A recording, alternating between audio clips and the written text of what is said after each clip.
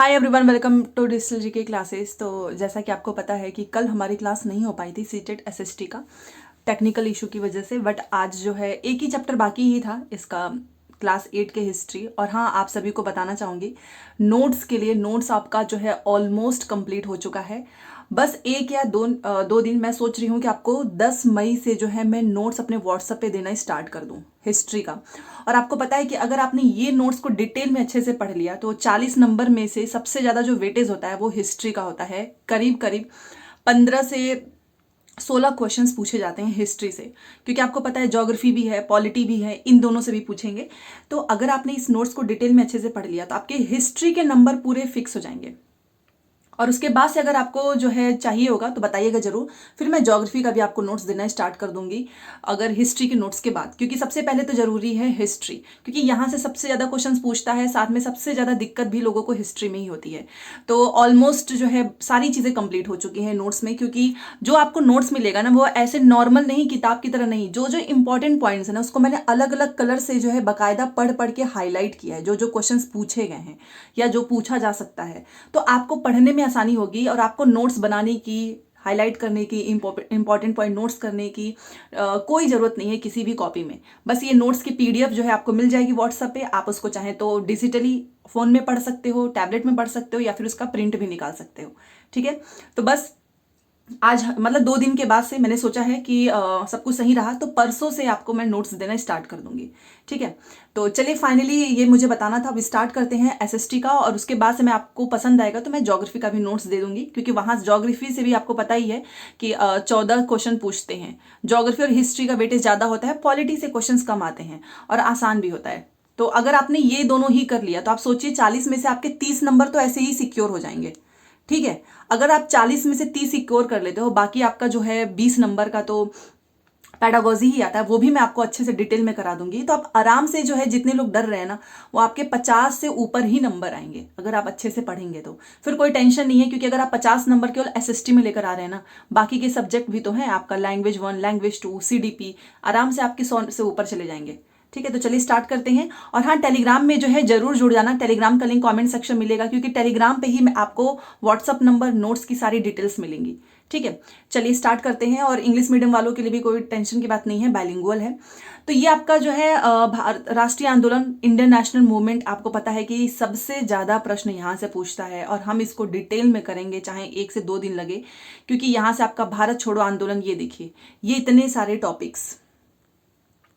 ठीक है, क्योंकि अब आपने देखा होगा कि इसके पहले हम लोगों ने जाति सुधार पढ़ा, 1857 का विद्रोह पढ़ा, ये सब कुछ पढ़ चुके हैं। महिलाओं की स्थिति, 19वीं शताब्दी, किसान आदिवासी, नए कानून, ये हम लोगों ने 1 बाय 1 पढ़ा है। प्लेलिस्ट में आपको क्लासेस मिल जाएंगी।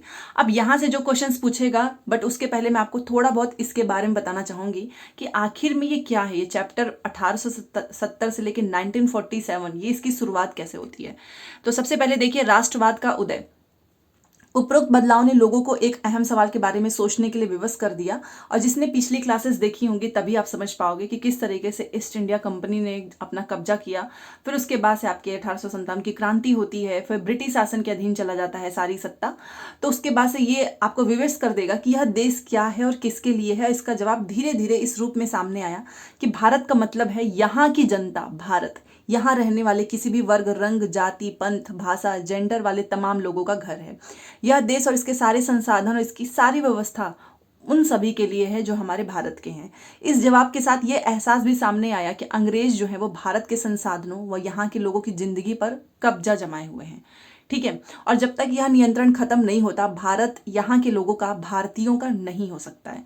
मतलब हमारा जो भारत है वो हमारा नहीं हो सकता है, क्योंकि हमारी लाइफ, हमारा भारत, उस पर कंट्रोल तो किसी और का है। समझ गए आप इतनी चीजें। उसके बाद से यह चेतना 1850 के बाद बने राजनीतिक संगठनों में साफ दिखाई देने लगी थी। 70 से 80 के दशक में बने राजनीतिक संगठनों में यह चेतना और गहरी हो चुकी थी। इनमें से ज्यादातर संगठनों की बागडोर वकील आदि अंग्रेजी शिक्षित पेशेवर के हाथ में थी। देखो, ये पूछेगा तो नहीं, जो पूछेगा वो मैं आपको बता दूंगी, बट फिर भी आप अगर स्टोरी के थ्रू समझेंगे तो ज्यादा आसानी होगी। पूना सार्वजनिक सभा, इंडियन एसोसिएशन, मद्रास महाजन सभा, बॉम्बे रेजिडेंसी एसोसिएशन और भारतीय राष्ट्रीय कांग्रेस आदि इसी तरह के प्रमुख संगठन थे। ठीक है, तो ये आपको संगठन के बारे में बताया जा रहा है, जैसे कि आपका जो पूना सार्वजनिक सभा है, सार्वजनिक का मतलब ही होता है, ये तो पता ही आपको, सभी के लिए, सबके लिए। तो इसमें बहुत सारे ऐसे संगठन थे जो कि देश के खास हिस्सों में काम कर रहे थे, बट उनका लक्ष्य क्या था, भारत के सभी लोगों का वो अपने लक्ष्य तो बताते थे, और उनके मुताबिक उनके लक्ष्य किसी खास इलाके, समुदाय या वर्ग के लिए नहीं था। इस सोच के साथ काम कर रहे थे कि लोग संप्रभु हों। संप्रभुता एक आधुनिक विचार और राष्ट्रवाद का बुनियादी तत्व होता है। ये संगठन इस धारणा से चलते थे कि भारतीय जनता को अपने मामलों के बारे में फैसले लेने की आज़ादी होनी चाहिए, कि पहले हम अपनी फैसले खुद नहीं ले सकते थे।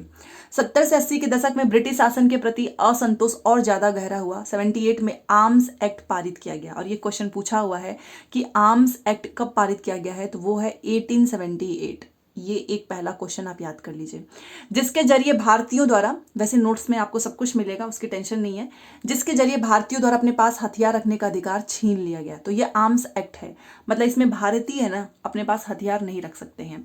फिर उसी साल वर्नाकुलर प्रेस एक्ट भी पारित होता है, जिससे सरकार की आलोचना करने वालों को चुप कराया जा सके। वर्नाकुलर प्रेस एक्ट का मतलब है कि अगर आप क्रिटिसाइज करेंगे ना गवर्नमेंट की, तो आपको चुप करा दिया जाएगा। इस कानून में प्रावधान था कि अगर किसी अखबार में कोई आपत्तिजनक चीज छपती है तो सरकार उसकी प्रिंटिंग प्रेस सहित सारी संपत्ति को जब्त कर लेगी। 1883 में सरकार ने इल्बर्ट बिल लागू करने का प्रयास किया, और ये है दूसरा क्वेश्चन जो कि बहुत इंपॉर्टेंट है, वर्नाकुलर आर्म्स एक्ट और ये आपका इल्बर्ट बिल, क्योंकि इस पे काफ़ी विवाद हुआ। तो ये आता है 1883 में, इसको लागू करने का प्रयास किया, इसको लेकर काफ़ी हंगामा हुआ। इस विधेयक में प्रावधान किया गया था कि भारतीय न्यायाधीश भी ब्रिटिश या यूरोपीय व्यक्तियों पर मुकदमे चला सकते हैं, ताकि भारत में काम करने वाले अंग्रेज और भारतीय न्यायाधीशों के बीच समानता स्थापित की जा सके। बट आपको पता है कि अंग्रेज इतनी आसानी से मानने वाले नहीं थे, क्योंकि वो तो चाहते थे कि भाई बस मैं कंट्रोल करूंगा और कोई नहीं। और ये 1883 में जो इल्बर्ट बिल था ना, ये लाया ही इसीलिए गया था कि भारतीय न्यायाधीश भी क्या करेगी, ब्रिटिश या फिर यूरोपीय व्यक्ति पर मुकदमा चला सकती है। जब वो चला सकते हैं तो हम क्यों नहीं। तो एक तरीके से समानता स्थापित करने के लिए जब अंग्रेजों के विरोध की वजह से सरकार ने यह विधेयक, बट अंग्रेज विरोध करने लगे कि भाई ऐसे कैसे हो सकता है कि ये भारतीय हम पे मुकदमा चलाएंगे, तो विधेयक वापस ले लिया। तो भारतीयों ने इसका काफी विरोध किया, और इस घटना से भारत में अंग्रेजों के असली रवैये का पता चलता था, कि अंग्रेज का जो असली रवैया है ना, इसके बाद से पता चला जब उन्होंने इतना विरोध किया इसके लिए। ठीक है, तो ये आपसे इल्बर्ट बिल पूछता है कि आखिर में इसका विरोध क्यों हुआ और किस लिए लाया गया था। आपको पता है कि सेम चीज लिखी, ये सेम स्टेटमेंट लिखा रहता है कि भारतीय न्यायाधीश भी ब्रिटिश या यूरोपीय व्यक्तियों पर मुकदमे चला सकते हैं। ठीक है, उसके बाद से आपको पता ही है कि पढ़े लिखे जो भारतीयों के एक अखिल भारतीय संगठन की जरूरत 1880 से ही महसूस की जा रही थी, परंतु इल्बर्ट विधेयक ने इस चाह को और गहरा कर दिया। 1885 में देश भर के 72 प्रतिनिधियों ने बंबई में सभा करके भारतीय राष्ट्रीय कांग्रेस की स्थापना का फैसला लिया, और ये आपका इंडियन नेशनल मूवमेंट स्टार्ट हो जाता है। क्योंकि आप जानते ही हैं, हम डिटेल में कई बार पढ़ चुके हैं इंडियन नेशनल मूवमेंट, बिहार में भी। तो ये आपको याद रखना है, कितने प्रतिनिधि, 72 प्रतिनिधि। कब, 1885 में। कहाँ पर, बंबई में सभा करके इसकी स्थापना का फैसला लेते हैं। और इसके प्रारंभिक नेता के नाम याद रखिएगा, नौरोजी हैं, फिरोजा मेहता हैं, बदरुद्दीन। और ये वाला क्वेश्चन आपका अगस्त में पूछा है कि दादा भाई नौरोजी कांग्रेस के किसी अधिवेशन में शामिल नहीं हुए, ऐसा स्टेटमेंट लिखा था, जो कि गलत है। ये तो कई बार ये अध्यक्ष बने हैं नौरोजी। WC बनर्जी, सुरेंद्र बनर्जी, रोमेश चंद्र दत्त, S सुब्रमण्यम अय्यर, ये सब जो है प्रारंभिक नेता थे। बंबई और कलकत्ता के ही थे ये लोग। नौरोजी आपको याद रखना है, ये व्यवसायी और प्रचारक थे। इनके बारे में पूरी स्टोरी याद रखिएगा, क्योंकि ये पूरा का पूरा अभी अगस्त में पूछा है। दादा भाई नौरोजी जो है व्यवसायी प्रचारक थे, लंदन में रहते थे। कुछ समय के लिए उन्होंने ब्रिटिश संसद के सदस्य भी रहे हैं, युवा राष्ट्रवादियों का मार्गदर्शन किए हैं। और जो A.O. ह्यूम था, सेवानिवृत्त ब्रिटिश अफसर, इसने विभिन्न क्षेत्रों के भारतीयों को निकट लाने में अहम भूमिका अदा की थी। तो बेसिकली ये जो लाइन है, ये आपको यहाँ तक का पूरा याद रखना है, क्योंकि ये एक एक चीज़ पूछी हुई है और किसी को नहीं पता कि इस बार वो क्या पूछते। तो ये हो गए। और ये फोटो आप देख सकते हैं, दादा भाई नौरोजी जी हैं। ये देखिए नौरोजी की पुस्तक, इनकी जो पुस्तक है ना, काफ़ी फेमस है, poverty and un British rule in India. इसमें ब्रिटिश शासन के आर्थिक परिणामों की बहुत तीखी आलोचना की गई थी। पता नहीं कितनी बार तो पूछा होगा कि किताब किसकी है, poverty and un British rule in India, दादा भाई नौरोजी। ठीक है, तो ये हमने पढ़ लिया। और ये एक बार इस अखबार के बारे में देखते हैं। जनवरी 1886 में दी इंडियन मिरर नामक अखबार ने लिखा कि बंबई में आयोजित प्रथम राष्ट्रीय कांग्रेस हमारे देश की भावी संसद का केंद्रक है और एक अल्पकालीन रूप से ये जो है परिणामों को जन्म देगा। और आपको पता है पहले मुस्लिम अध्यक्ष बनते हैं हमारे बदरुद्दीन तैयब जी, ये 1887 में कांग्रेस को संबोधित करते हैं। तो कई बार पूछा हुआ है पहले मुस्लिम अध्यक्ष कौन है, तो वो हैं बदरुद्दीन तैयब जी। ठीक है, अब यहाँ से देखिए उभरता हुआ राष्ट्र, तो बहुत सारी चीज़ें सामने आ रही थी, अंग्रेजों का असली रवैया पता चल रहा था। तो अक्सर कहा जाता है कि अपने पहले 20 सालों में कांग्रेस अपने उद्देश्य और तरीके के लिहाजों से मध्यमार्गी पार्टी थी। इस दौरान कांग्रेस ने सरकार और शासन में भारतीयों को और ज़्यादा जगह दिए जाने के लिए आवाज़ उठाई। कांग्रेस का आग्रह था कि विधान परिषद में भारतीयों को ज़्यादा जगह दी जाए, परिषदों को ज़्यादा अधिकार दिए जाएं और जिन प्रांतों में परिषद नहीं है वहां पर गठन करो। कांग्रेस चाहती थी कि सरकार में भारतीयों को भी ऊंचे पद दिए जाए। इस काम के लिए उसने मांग की सिविल सेवा के लिए लंदन के साथ साथ कि भारत में भी आयोजित करवाओ। ठीक है, तभी तो भारतीय भी एक ऊंचे पद पर जा सकते हैं। तुम लंदन में करवा रहे हो जो है ऐसी परीक्षाएं, फिर वो आकर हम पे अधिकार जो है जताते हैं, तो इससे बेटर है हमारे यहाँ भी सिविल सेवा की परीक्षा होनी चाहिए। उसके बाद से आपको पता है शासन व्यवस्था के भारतीयकरण की जो मांग है वो नस्लवाद के खिलाफ चल रहे आंदोलन का एक हिस्सा थी, क्योंकि तब तक ज़्यादातर महत्वपूर्ण नौकरियों पर आपको पता ही है गोरे अफसर ही थे और अंग्रेज आमतौर पर यह मानकर चलते थे कि भारतीयों को जिम्मेदारी बड़े पद पर नहीं दिए जा सकते हैं, मतलब जो बड़ा पोस्ट होता है, क्योंकि अंग्रेज अफसर अपने भारी भरकम वेतन का एक बड़ा हिस्सा ब्रिटेन भेजते थे। इसलिए लोगों को उम्मीद थी कि भारतीयकरण से यहाँ की धन संपत्ति भी कुछ हद तक भारत में रुकने लगेगी। तो भारतीयों की मांग थी कि न्यायपालिका को कार्यपालिका से अलग करो और आर्म्स एक्ट को निरस्त करो। अब आप बताओ, आर्म्स एक्ट सबसे स्टार्टिंग में हम पढ़ रहे थे ना, उसका क्या मतलब था? क्यों ये बोलते हैं कि आप न्यायपालिका को कार्यपालिका से अलग करो और आर्म्स एक्ट को निरस्त करो? क्योंकि बोलने की आज़ादी और अभिव्यक्ति व बोलने की स्वतंत्रता दी जाए। ये देखिए पहली ही लाइन थी, ये रहा आर्म्स एक्ट। भारतीयों द्वारा अपने पास हथियार रखने का जो है अधिकार छीन लिया गया था। तो इसको ये लोग बोलते हैं कि भाई तुम इसको खत्म करो, ये जो तुमने आर्म्स एक्ट लगा दिया है ना, इसे आप खत्म करें और हमें भी बोलने की स्वतंत्रता मिलनी चाहिए, ये नहीं कि हमें कोई भी जेल में बंद कर दे। तो शुरुआती सालों में कांग्रेस ने बहुत सारे मुद्दे उठाए। उसका कहना था कि भारत में जो है ब्रिटिश शासन, आपको ना स्टोरी के थ्रू देखना है कि किस तरीके से हमारा देश आज़ाद होता है, तो धीरे धीरे आपको चीज़ें अगर स्टोरी की तरह रिलेट करोगे तो दिक्कत नहीं होगी। भारत में ब्रिटिश शासन की वजह से ही गरीबी और अकाल पड़ रहे हैं। बढ़ते लगान के कारण काश्तकार और जमींदार जो हैं विपिन हो गए हैं। अनाजों के भारी निर्यात की वजह से जो है काफ़ी खाने पीने की जो चीज़ें हैं वो कम हो रही हैं। कांग्रेस की मांग थी कि लगान कम करो, फौजी खर्चों में कटौती करो और सिंचाई के लिए ज़्यादा अनुदान दिया जाए। उसने नमक कर, विदेशों में भारतीय मजदूरों के साथ होने वाले बर्ताव तथा भारतीयों के कामों में दखल अंदाजी करने वाले वन प्रशासन की भी वजह से वनवासियों की बढ़ती मुसीबतों के बारे में बहुत सारे प्रस्ताव पारित किए। इससे पता चलता है कि पढ़े लिखे संपन्न वर्ग की संस्था होते हुए भी कांग्रेस केवल पेशेवर समूह, जमींदार, उद्योगपतियों के हक में ही नहीं बोल रही थी। फिर मध्यमार्गी जो नेता जनता है उसको ब्रिटिश शासन के अन्यायपूर्ण चरित्र से अवगत कराना चाहते थे। उन्होंने अखबार निकाले, लेख लिखे, यह साबित करने का प्रयास किया कि ब्रिटिश शासन देश को आर्थिक तबाही की ओर ले जा रहा है। उन्होंने अपने भाषण में ब्रिटिश शासन की निंदा की और जनमत निर्माण के लिए देश के अलग अलग भागों में अपने प्रतिनिधि भेजे। लेकिन मध्यम मार्गी को भी ये लगता था कि अंग्रेज स्वतंत्र व न्याय के आदर्शों का सम्मान करते हैं, इसलिए वे भारतीयों की न्याय संगत मांगों को स्वीकार कर लेंगे। लिहाजा कांग्रेस का मानना था कि सरकार को भारतीयों की भावना से अवगत कराया जाना चाहिए। क्या ऐसा होता है आपको लगता है? अभी हम देखेंगे। तो जन्म स्वतंत्रता हमारा जन्मसिद्ध अधिकार है, ये किसने नारा दिया है बताइए, ये पूछता है। तो ये है हमारे बाल गंगाधर तिलक जी हैं। ठीक है, तो 1890 के दशक तक बहुत सारे लोग कांग्रेस के राजनीतिक तौर तरीके पर सवाल खड़ा करने लगे थे। ठीक है, बंगाल, पंजाब, महाराष्ट्र में आपको पता ही है लाल बाल पाल, बिपिन चंद्र पाल, बाल गंगाधर तिलक, लाला लाजपत राय जैसे नेता ज़्यादा आमूल परिवर्तनवादी उद्देश्य और पद्धतियों के अनुरूप काम करने लगे थे। उन्होंने निवेदन की राजनीति के लिए नरमपंथियों की आलोचना की और आत्मनिर्भरता तथा रचनात्मक कामों के महत्व पर जोर दिया। मतलब ये ना गुस्सा होने लगे थे, ये जो कांग्रेस का जैसा रवैया था। ठीक है, एक तरीके से निवेदन रिक्वेस्ट करने वाला। तो ये जो गरम दल के जो नेता थे ना हमारे लाल बाल पाल, ये लोग कह रहे थे कि भाई ये कौन सा तरीका है, और ये निवेदन की जो राजनीति है इसके लिए ये लोग नरमपंथियों को क्रिटिसाइज किए। और इन्होंने बोला कि भाई आत्मनिर्भरता और खुद के काम को महत्व देना है, निवेदन करने से कुछ नहीं होने वाला है।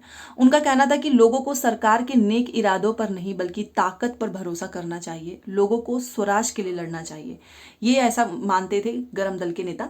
और तिलक ने नारा भी दिया कि ये तो मेरा अधिकार है और मैं इसे लेकर रहूंगा। और ये लाइन बहुत बार पूछी गई है, आप जानते ही हैं।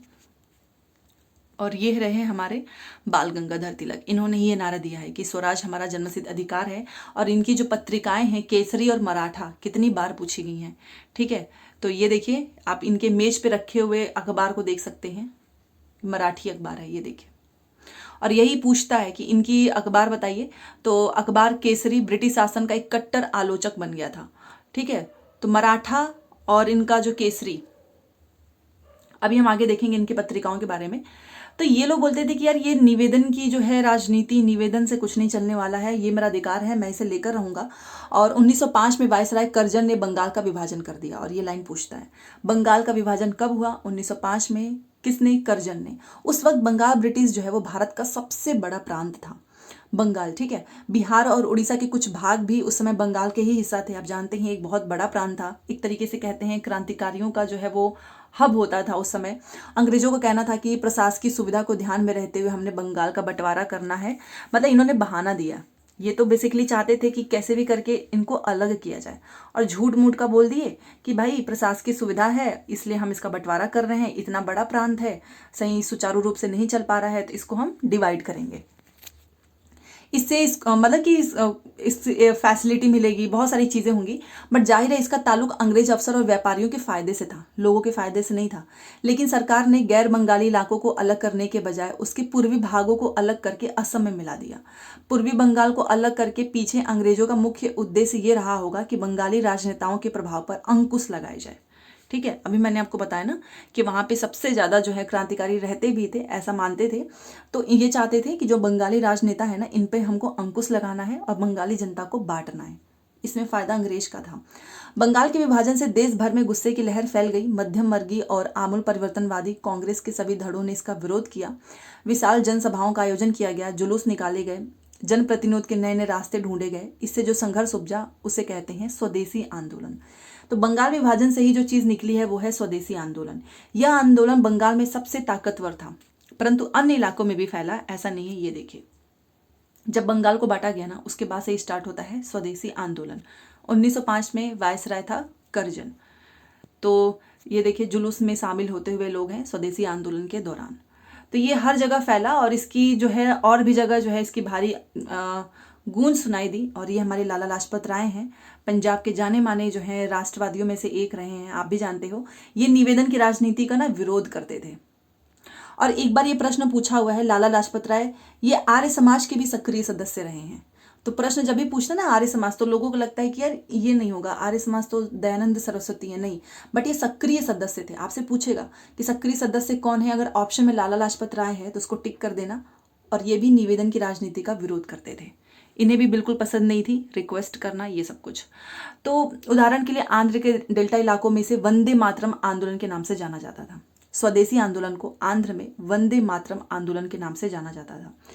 स्वदेशी आंदोलन ने ब्रिटिश शासन का विरोध किया और स्वयं सहायता, खुद के उद्यम, राष्ट्रीय शिक्षा, हमारा भारतीय भाषा है, उसको बढ़ावा दिया। स्वराज के लिए आमूल परिवर्तनवादी ने जनता को जो है लामबंद करने और ब्रिटिश संस्थान व वस्तुओं के बहिष्कार पर जोर दिया। मतलब लोगों ने कहा कि जो भी ब्रिटिश की चीज़ें हैं, चाहे वो ब्रिटिश के संस्थान हो, हर एक चीज़ का बहिष्कार करो। कुछ लोग ब्रिटिश शासन को उखाड़ फेंकने के लिए क्रांतिकारी हिंसा के समर्थक भी थे, ठीक है। और ये चैप्टर काफ़ी लेंदी है, अभी हमने केवल 6 पेज ही किया है। 20वीं शताब्दी के प्रारंभिक दशकों में कई दूसरी महत्वपूर्ण घटनाएं भी घटी, जैसे कि ये वाला लाइन आपसे पूछेगा, ऑल इंडिया मुस्लिम लीग का गठन। ये होता है 1906 में। मुसलमान जमींदार और नवाबों के एक समूह ने ढाका में ऑल इंडिया मुस्लिम लीग का गठन किया। तो प्रश्न पूछेगा ऑल इंडिया मुस्लिम लीग का गठन कब और कहाँ पे? तो 1906 ढाका में। लीग ने बंगाल विभाजन का समर्थन किया। इसने ये जो ऑल इंडिया मुस्लिम लीग है ना, इसने इसका समर्थन किया। और ये जो ऑल इंडिया लीग थी ना, इसकी मांग थी कि मुसलमानों के लिए ना अलग निर्वाचिका की व्यवस्था करो, बस मुसलमान जो हैं उनके लिए निर्वाचिका की व्यवस्था अलग होनी चाहिए। बट 1909 में सरकार ने यह मांग, उसके पहले तो आनाकानी हो रही थी, 1909 में सरकार यह मांग मान लेती है और अब परिषदों में कुछ सीटें मुसलमान के लिए भी आरक्षित कर दी गई। ये मांग किसकी थी? ऑल इंडिया की लीग की थी, जिन्हें मुस्लिम मतदाताओं द्वारा ही चुनकर भेजा जाना था। इससे राजनेताओं में अपने धार्मिक समुदाय के लोगों को अपना राजनीतिक समर्थन बनाने का लालच भी पैदा हो गया। ठीक है, 1907 में आपको पता है सूरत का अधिवेशन होता है और कांग्रेस का विभाग टूट जाता है फिर से, और मध्यम वर्गीय धड़ा बहिष्कार की राजनीति के विरुद्ध था। इन लोगों का मानना था कि इसके लिए बल प्रयोग की आवश्यकता होती है, जो कि सही नहीं है। संगठन टूटने के बाद कांग्रेस पर मध्यम मार्गी का दबदबा बन गया, जबकि तिलक के अनुयायी बाहर से काम करने लगे। 1915 में दोनों खेमों में एक बार फिर से एकता हुआ और अगले साल कांग्रेस और मुस्लिम लीग के बीच ऐतिहासिक लखनऊ समझौते पर दस्तखत हुए। दोनों संगठनों ने देश में प्रातिनिधिक सरकार के गठन के लिए मिलकर काम करने का फैसला किया। तो यहाँ पर बेसिकली बताया जा रहा है कि किस तरीके से आपका जो 1909 है, इसमें ऑल इंडिया मुस्लिम लीग ने मुसलमानों के लिए अलग निर्वाचिका की व्यवस्था की मांग की। ठीक है, और कि कुछ सीटें जो है उनके लिए, मुसलमानों के लिए जो है आरक्षित होनी चाहिए, जो कि हो भी गया, और उनको केवल मुस्लिम जो वोटर्स हैं ना, उन्हीं के द्वारा जो है चुनकर भेजना था। तो इस तरीके से जो धार्मिक समुदाय के लोग थे, तो उनके अंदर एक लालच हो गया, बैठ गई कि राजनीतिक समर्थन बनाने का। आप जानते हो राजनीति का लालच कितना खतरनाक होता है। फिर वही है कि 1907 में सूरत अधिवेशन में कांग्रेस का फिर से अलग हो जाती है। फिर उसके बाद इनका लखनऊ समझौता होता है, अभी हम आगे देखेंगे डिटेल में। जैसे कि ये रहा। एक चीज़ और है, जितना आपके एनसीईआरटी में लिखा है केवल उतना ही पढ़ना। अब ये नहीं कि इंडियन नेशनल मूवमेंट को अलग से यूट्यूब पे सर्च करके बीपीएससी, यूपीएससी, यूपीपीसीएस अधिकारी लेवल के क्वेश्चंस करो, क्योंकि आना है केवल 1 और 2 प्रश्न, और वो आएगा आपके चैप्टर से, ना कि बाहर से। पढ़ाने के लिए मेरे पास पूरा नोट्स तैयार है बीपीएससी का, इंडियन नेशनल मूवमेंट का, बट मैं वो आपको क्यों नहीं पढ़ा रही हूँ? क्योंकि जो स्टेटमेंट वो यहाँ से पूछेगा, बाकी कहीं से नहीं। ठीक है, इसी किताब से पूछेगा, और वो भी 1 से 2 प्रश्न पूछेंगे, या 3 भी हो सकता है। अब जन राष्ट्रवाद का उदय 1919 के बाद अंग्रेजों के खिलाफ जो संघर्ष चल रहा था, एक जन आंदोलन में बदल गया, जिसमें ना सभी लोग शामिल हुए। और ये प्रश्न पूछता है कि इस आंदोलन में कौन कौन शामिल था? किसान, आदिवासी, विद्यार्थी, महिलाएं, सभी जुड़े, और इसमें औद्योगिक मजदूर ने भी योगदान दिया। ठीक है, तो ये आपको याद रखना है कि किसने किसने हिस्सा लिया। पहले विश्व युद्ध, आपको पता ही है कि विश्व युद्ध हुआ, उस एक रीज़न है जिसकी वजह से हमारा देश आज़ाद भी हुआ। किस तरीके से ब्रिटिश ने अंग्रेजों से बार बार सहायता मांगी कि सैनिक, फिर उसके बाद से मुसलमान की जो थी खलीफा, अभी हम आगे स्टोरी देखेंगे कि उनको कुछ नहीं होना चाहिए, बहुत सारी चीज़ें हैं, डिटेल में देखेंगे। तो पहले विश्व युद्ध ने भारत की आर्थिक और राजनीतिक स्थिति बदल दी थी। इस युद्ध की वजह से ब्रिटिश जो है भारत सरकार के रक्षा व्यय में भारी इजाफा हुआ था। इस खर्चे को निकालने के लिए सरकार ने निजी आय और व्यावसायिक मुनाफे पर टैक्स बढ़ा दिया। सैनिक व्यय में इजाफे तथा युद्धक आपूर्ति की वजह से जरूरी कीमतों की चीज़ों में भारी उछाल आया और आम लोगों की ज़िंदगी मुश्किल होती गई। क्योंकि आपको पता है कि ये जो काफ़ी ज़्यादा इसमें जब इजाफा हुआ, तो मुनाफे में, जैसे इनको निजी और व्यावसायिक में मुनाफे, इन लोगों ने टैक्स बढ़ा दिया। अब आप मुझे बताओ, अगर कर बढ़ा दिया जाएगा तो जो आम लोग हैं उनकी ज़िंदगी तो मुश्किल ही होगी ना। पहले कहाँ उनको उससे डबल चीज़ें पैसे देने पड़ेंगे। दूसरे व्यावसायिक समूह युद्ध से बेहिसाब मुनाफा कमा रहे थे। एक तरफ लोग परेशान हैं और एक तरफ ये जो व्यावसायिक हैं, ये मतलब अंधाधुंध पैसे छाप रहे हैं। ठीक है, और ऑलरेडी हमने देखा भी हुआ है इस युद्ध में औद्योगिक वस्तु जैसे कि जूट के बोरे हो गए, कपड़े, इन सब की मांग बढ़ी थी और अन्य देशों से भारत आने वाले आयात में कमी ला दी थी। इस तरह युद्ध के दौरान भारतीय उद्योगों का विस्तार हुआ और भारतीय व्यावसायिक समूह विकास के लिए और अधिक अवसर की मांग करने लगे। युद्ध ने अंग्रेजों को अपनी सेना बढ़ाने के लिए विवश किया। एक विदेशी युद्ध की खातिर गांव में सिपाहियों की भर्ती के लिए दबाव भी डाला जाने लगा। अभी मैंने आपको बताया ना कि जबरदस्ती इनको चाहिए था कि सेना हमें चाहिए, शामिल करो, और इस तरीके का दबाव भी बनाया गया। बहुत सारे सिपाहियों को दूसरे देशों में युद्ध के मोर्चों पर भेज दिया गया और इनमें से बहुत सारे सिपाही जो हैं युद्ध के बाद यह समझदारी लेकर लौटे कि साम्राज्यवादी शक्तियां एशिया और अफ्रीका के लोगों का किस तरीके से शोषण कर रही हैं। ठीक है, फलस्वरूप ये लोग भी भारत में औपनिवेशिक शासन का विरोध करने लगे। उसके बाद से हमारी रूस की क्रांति होती है 1917 में, और इस घटना के चलते किसान और मजदूर के संघर्षों का समाचार तथा समाजवादी विचार बड़े पैमाने पर फैलने लगा था, जिससे भारतीय राष्ट्रवादियों को एक नई जो है प्रेरणा मिलती है। तो रूस की क्रांति से भी एक पॉजिटिव इम्पैक्ट देखने को मिला 1917 में। ठीक है, अब यहाँ से स्टार्ट होते हैं हमारे महात्मा गांधी जी और इनके बहुत सारे आंदोलन हैं। सबसे पहले तो आपको पता है कि नटाल कांग्रेस के संस्थापक हैं ये, और आप इस फोटो में उनको क्या पहचान सकते हैं, इसमें शायद नहीं है, इसके नीचे लिखा हुआ है, चलो ये देख लेते हैं।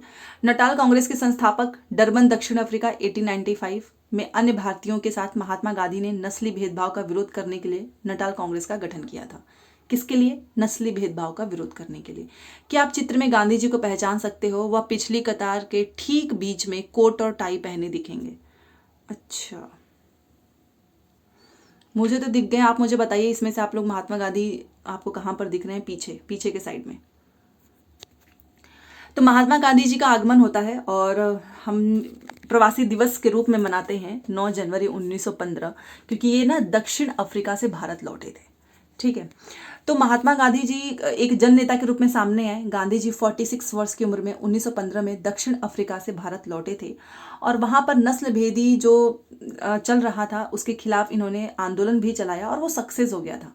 ठीक है, तो अंतर्राष्ट्रीय स्तर पर उनकी अच्छी मान्यता हो गई थी और लोग ना उनको रिस्पेक्ट करते थे।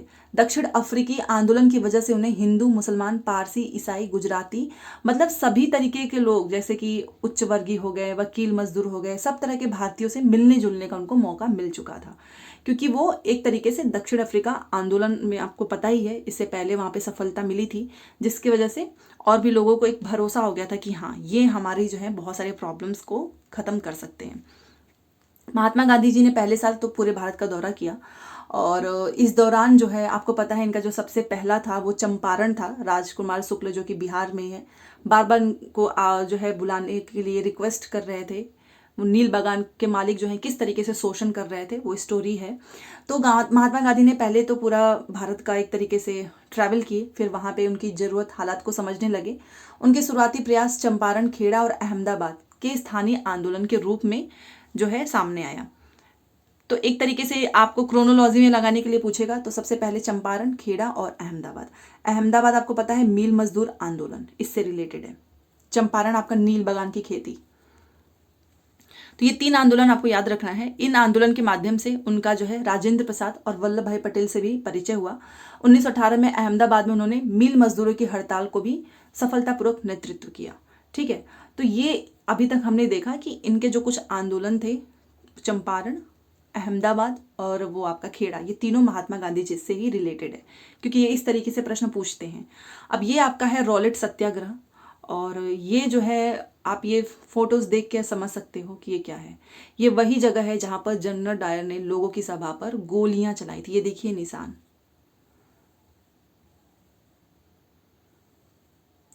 ये देखिए इतने खतरनाक तरीके से बहुत सारे मासूम लोगों की इसमें जो है हत्या हुआ और इसका फिर बाद में बदला भी लिया गया। वो तो पूरी इसमें मूवी भी बनी हुई है।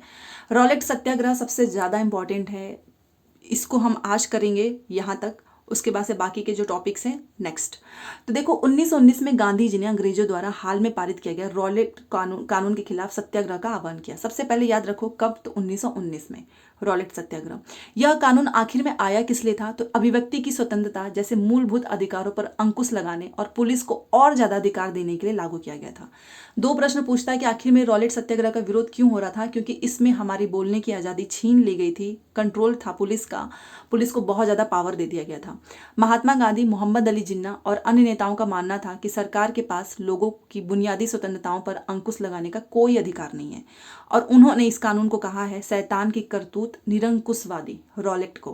गांधी जी ने लोगों से आह्वान किया कि इस कानून का विरोध करने के लिए 6 अप्रैल 1919 को अहिंसक विरोध दिवस के रूप में, अपमान व याचना दिवस के रूप में मनाया जाए और हड़ताल की जाए। ठीक है, आंदोलन शुरू करने के लिए सत्याग्रह सभाओं का गठन भी किया गया। तो बेसिकली यहाँ पे था रॉलेट सत्याग्रह, जो कि 1919 में ये कानून आया था। तो इसमें अगर आपको जो है पुलिस को ज़्यादा अधिकार दिया गया है, हम अपनी कोई चीज़ बोल नहीं सकते। अगर आपने गवर्नमेंट के बारे में कुछ भी छाप दिया, कुछ भी गलत बोल दिया, आपको सीधे जेल में डाल देंगे।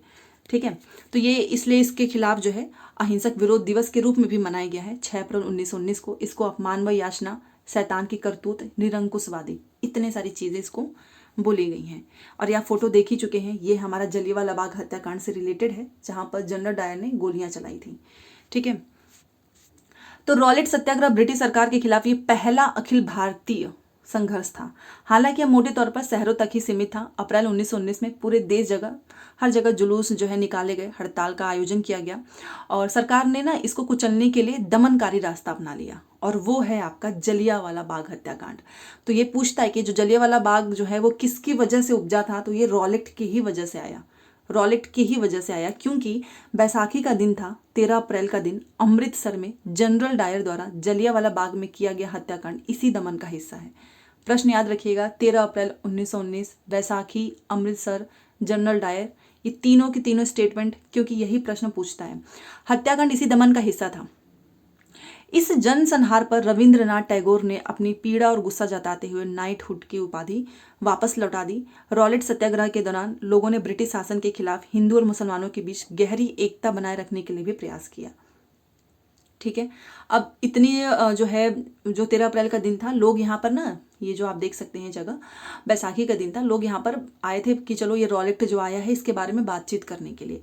अब उन सबको पता चल गया, उन सब ने क्या किया कि बाहर से गेट बंद कर दिया और अंधाधुंध जो है फायरिंग कर दी जनरल डायर ने। इसमें बहुत सारे लोगों के, आई थिंक 400 की से ज़्यादा ही लोगों की जो है मृत्यु हो गई थी। इसके बाद से रविन्द्रनाथ टैगोर ने अपनी पीड़ा और गुस्सा जताई और नाइटहुड की उपाधि जो है वो भी वापस लौटा दी। और महात्मा गांधी भी यही चाहते थे। उनकी राय में भारत जो है यहाँ रहने वाले सभी लोगों का है, हिंदू मुसलमान का है, सभी धर्मों का है ये देश। और उनकी गहरी आकांक्षा थी कि हिंदू और मुसलमान किसी भी न्यायपूर्ण उद्देश्य के लिए एक दूसरे का समर्थन करें। ठीक है, मतलब एकता बनाए रखें। तो यहाँ तक आपने देख लिया कि हमने रॉलेट एक्ट और हमने जलियांवाला बाग हत्याकांड कर लिया।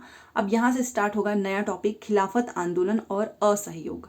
अब ये बहुत ही लंबा टॉपिक है। ये देखिए, अभी यहाँ पे महात्मा गांधी से रिलेटेड जो भी आंदोलन हुए हैं, चौरा चौरी हो गई आपकी, फिर उसके बाद से आपका जो है HSRA जो कि कई बार पूछता है, अगस्त वाले में पूछा हुआ है, फिर आपका 1929 का जो पूर्ण स्वराज है, ये आपका दांडी मार्च है। तो ये सारी चीज़ें हम करेंगे कल देखते हैं। फिर भारत छोड़ो आंदोलन, फिर धीरे धीरे हमारा 1947 ये रहा। तो अगर देखा जाए तो हिस्ट्री में आपका ये जो है क्लास 8 का ये जो चैप्टर 8 है ना, ये सबसे ज़्यादा इंपॉर्टेंट है। ठीक है, तो चलो आज के लिए जितना मैंने आपको बताया है उसे कॉपी में नोट करके रिवीजन करते रहना। और याद रखिएगा 2 दिन बाद आपको सीटेट के होपफुली सारे नोट्स आपको मिलेंगे हिस्ट्री के। ठीक है, और ये भी इंक्लूडेड होगा, वो भी डिटेल में। ये नहीं कि बस ऐसे कोरम पूर्ति, ऐसा नहीं है कि मैंने फॉर्मेलिटी की है, पूरा डिटेल में नोट्स आपको मिलेंगे, वो भी अच्छा खासा। और हाँ, ये मैंने पहले ही बताया है, ये पेड नोट्स है मात्र 49 में, बहुत ज़्यादा नहीं है, क्योंकि मैंने आपको बताया है इसमें मुझे 1-2 लोगों की हेल्प पड़ी। प्रूफ रीडिंग के लिए, बाइलिंगुअल के लिए बहुत सारी चीज़ें होती हैं, तो मैंने खुद अपने पास से ही जो है इसका पेमेंट वगैरह सब कुछ किया है, सब आप सभी के लिए ही। तो 49 ही रुपीज़ है, बहुत, इसलिए मैंने सबसे मिनिमम रखा हुआ है। ठीक है, तो चलो मिलते हैं नेक्स्ट क्लास में। Thanks for watching.